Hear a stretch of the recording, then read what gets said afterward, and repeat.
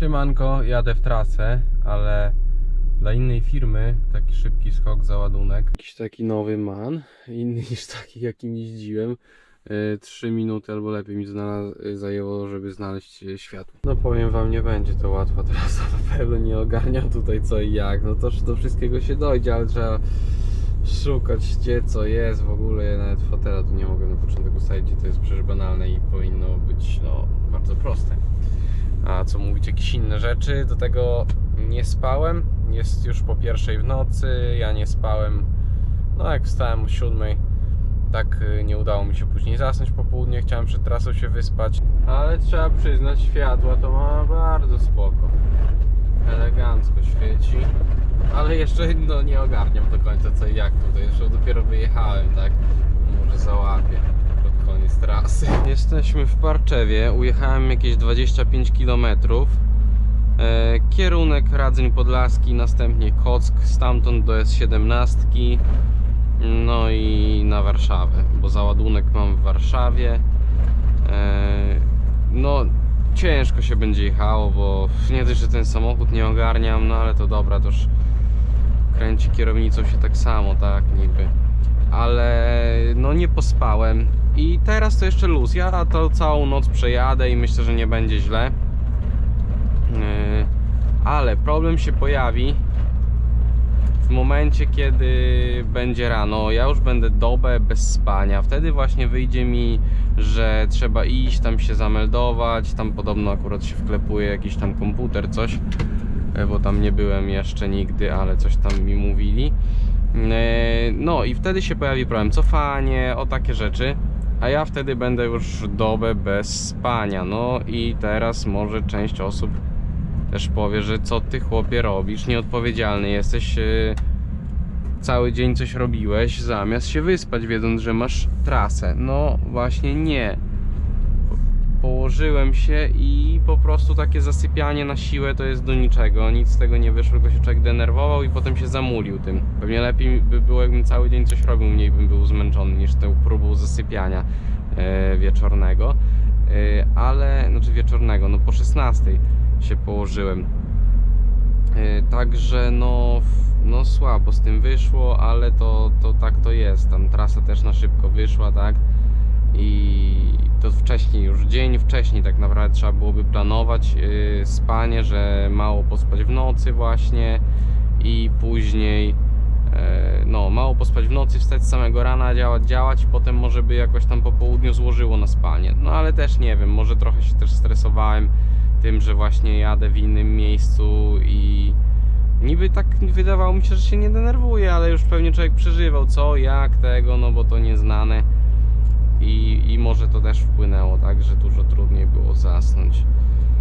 No ale nic, trzeba jechać i myślę, że z jazdą to spoko. Tutaj to ja wiem, już swoje przeżyłem jeżdżąc jeszcze busami też, że wiem, że jak mnie muli to się staje i tyle, więc z tym to nie ma strachu. Gorzej właśnie nad ranem będzie. Zresztą myślę, że znacie ten stan, jest się zamulonym, jedzie się, jest spoko, a nawet na stację się wysiądzie i człowiek ma tak cicho mówi, jakiś taki ma problem w ogóle z mówieniem i tak dalej. Ja tak przynajmniej mam często w nocy zamulony, jadę, ale jest spoko, ale wysiądę i dopiero czuć wtedy, że ja tak jakoś cicho mówię, że taki jakiś człowiek jest. Sporo fajnych komentarzy mi napisaliście ostatnio, dziękuję za to, no dużo widzów przybyło, też witam serdecznie i dziękuję za te wszystkie komentarze. Dużo mi też doradziliście, jak to robić, żeby było lepiej, żeby się lepiej oglądało. I wiem, że też dłuższych filmów oczekujecie, no tutaj krótka sprawa, tak naprawdę nocą teraz też nie wiem, jak ten materiał wyjdzie, czy to w ogóle będzie się dało oglądać, bo jednak GoPro w takim słabym świetle średnio sobie radzi, no ale mniejsza o to. Przede wszystkim mało się będzie działo, mam nadzieję, że mało, że jakichś przygód wielkich nie będzie, ale no wiecie, no krótka trasa, pojechać do Warszawy, załadować, wrócić, koniec, nie?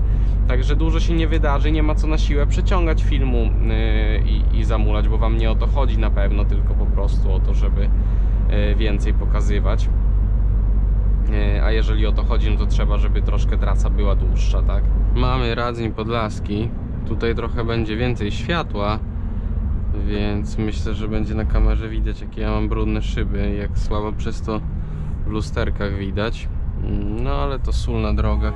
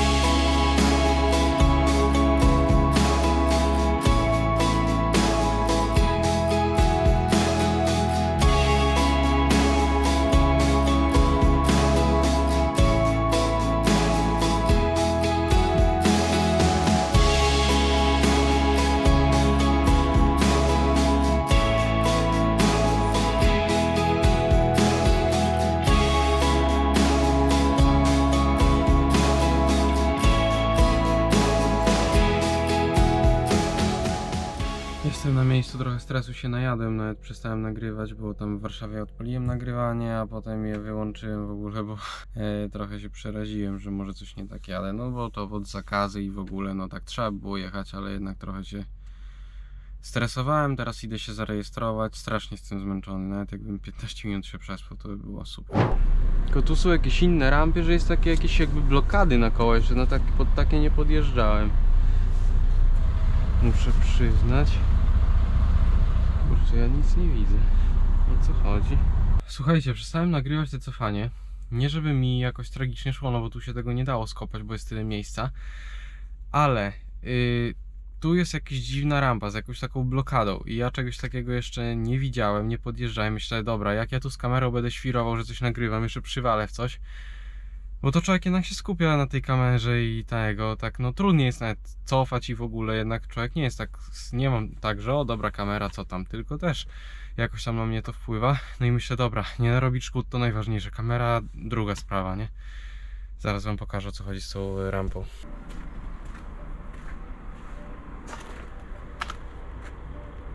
Tą blokadę przejechałem, a potem jakby to się cofało. I jak ta blokada tam jakby poczułem opór na tą blokadę, to myślę, kurde co jest, od razu wychodzę, czy chociaż, bo tutaj widziałem, że jest wszystko ok w lewym lustrze, a prawe wychodzę, sprawdzam, nie no spoko i tak no nic nie uszkodzone, ale mogłoby być niewesoło, więc lepiej w takich chwilach no już się nauczyłem, że lepiej kamerę wyłączyć. Jestem po załadunku, czekam już tylko na SMS-a, żeby odebrać dokumenty z biura. Myślałem, że sobie odpocznę jak będę ładować, a tu te blokady nie działały, co tam pokazywałem wam. I mimo, że clean był, to musiałem być na magazynie, no 2 godziny praktycznie. Osiedziałem się tam, no to stałem, to siedziałem. I już teraz tylko na dokumenty czekam. Jeszcze naczepą dojechałem do końca, no bo nie wiedziałem, że clean będzie, to później tak wyszło. A chłop mi wsadzał tego cleana. Nawet nie wiedziałem na koniec, dopiero się dowiedziałem, wcześniej nie widziałem, że ten clean jest. Dopiero jak wychodziłem, to mi przypomniał, no powiedział, że jak coś to pamiętaj, że masz cleana. No i idę, a tam się go wyciągnąć nie da, no ale jakoś trochę napiąłem do tyłu, mimo że tam miejsca nie było. I się udało go wyciągnąć, ale no jak ja sam wiem, że klina będę wsadzał, to przeważnie zostawiam sobie miejsce z tyłu. Albo go trochę wcześniej daję, klina, albo zostawiam sobie miejsce z tyłu parę centymetrów od rampy, żeby w razie czego móc cofnąć, bo on w czasie załadunku mi się tam zaklinuje właśnie pod kołem i nie dam rady go wyciągnąć. I udało się, mam papiery, lecimy z powrotem, aby tą Warszawę jakoś przejechać bezpiecznie, to już dalej to powinno być spoko.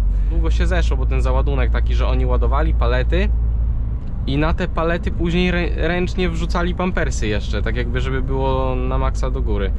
Się zastanawiam, czemu takich dużych palet nie można wysokich zrobić z tymi pampersami, bo że jedna na drugą, no to oczywiste, że nie. Ale no to ciekawe jest. Czemu tak? Tu coś działają panowie, trzeba ich wyminąć. No i musieli to narzucać właśnie, bo te palety były, tak ja wiem, niecałe 1,60 m.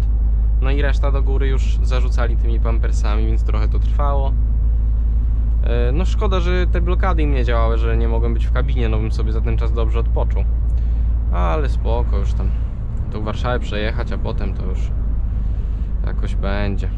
Także wytrwam, spoko. Teraz to w ogóle już taki jestem pobudzony. Tam już pociąg będzie. Kurczę, chciałem jechać inaczej.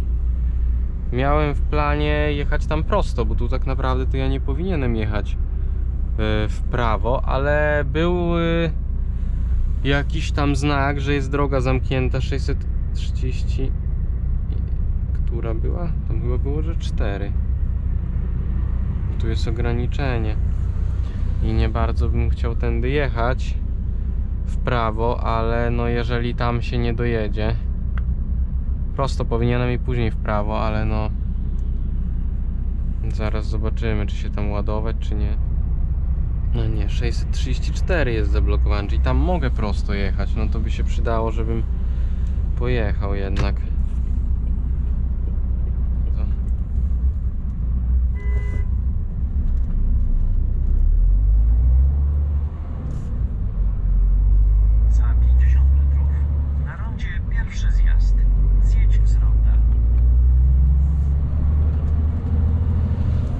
Taka to jazda z Google Mapsami, no ale dobra, tam to, że się zamuliło, to jeszcze nic takiego. Najgorzej, żeby się gdzieś nie wchrzanić, wiaduktu żadnego nie zaliczyć, nikomu krzywdy nie zrobić, bo to no tu w Warszawie to w ogóle no trąbienie zaraz i w ogóle każdy się śpieszy. Zresztą ja się nie dziwię, no bo tak jak ja stanąłem jak pierdoła, to się nie ma co dziwić ludziom, więc nie mam im tego za złe kompletnie, ale najważniejsze to z takiej rada od niedoświadczonego kierowcy ciężarówki, nie dać się ponieść emocjom, że ktoś coś tego trąbi, coś tam może nie tak zrobiliśmy. Najważniejsze, żeby dalej gdzieś tam błędu nie popełnić. Tak ja tutaj się zatrzymałem, bo nie wiedziałem, czy dalej nie będzie. Jaki to był numer drogi, musiałem sprawdzić. To jest 631, tam był 634 zamknięta. No i gdyby zamknięta była ta droga i by gdzieś mnie w lewo odbiło, bo tak wyglądało na tym znaku, no to troszkę byłby kłopot.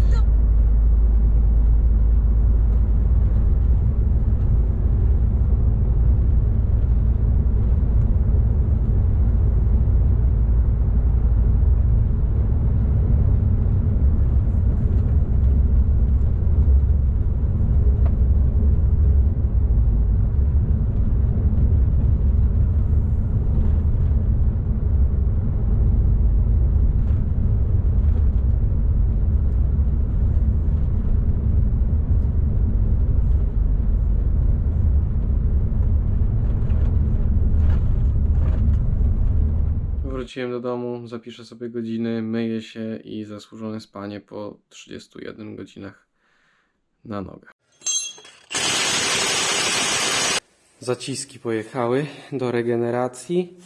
Ciężko było odkręcić. Klucz taki elektryczny nie dawał rady, ale no długą rurką poszło.